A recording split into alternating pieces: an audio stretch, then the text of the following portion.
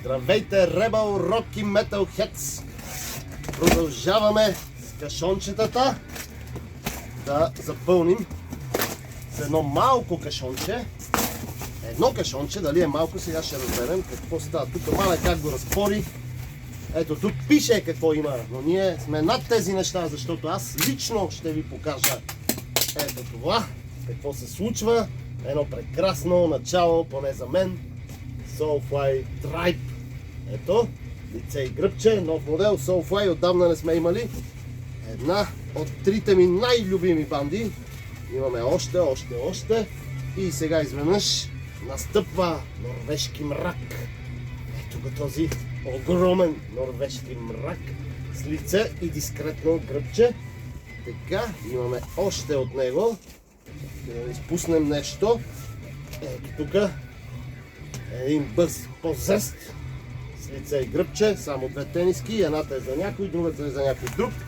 Отново се връщаме в Норвегия с този хвисли се Тарос худи с лице и гръбче, без цип. Така, Мартинчо, да почерпиш, тук има нещо за теб, едно кашонче, Мартин. Така, сега какво имаме още? Имаме много худи, жестоко, с лице, гръбче, ръкави, Venom от всякъде. Истинска класика. Welcome to Hell. Добре дошли, Venom. Така. Имаме още Venom. Добре, има тук някакво акцептче. Се е промъкнало и то. To mean to die с лице и гръб. Само един единствен. Switcher. Така. Имаме още някакви тук. Нагънати. И сега голямото шоу, което очаквам да започне така. Оле! Футболни тениски за първи път Rebel Store. Ето показваме Black Eyes и AC/DC. Брутално, отзад с номерче. Годината на албума 2008. Така, какво имаме още? Футболно кисче. Ето го този Destroyer 76. Лице и гръбче. Пламтящ, горещ кис. Така. Имаме още кишчета. Добре, дали има нещо, което да не съм ви показал. Ето този Guns N' Roses.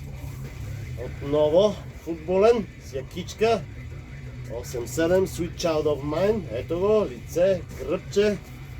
Каква прелест, каква изненада. Така, още ACDC има. Още гънсове. Още. И накрая има нещо прекрасно, направо чудесно, като за финал.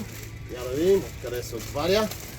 Ето една група легендарна, която ще ни гостува отново май месец. Iron Maiden, Power Slave, 8-4. Ето го, лице и гръбче. И мисля, че това беше всичко в това скромно кашонче, но пълно с готини изненади. Ето показвам, няма нищо друго. Благодаря за вниманието.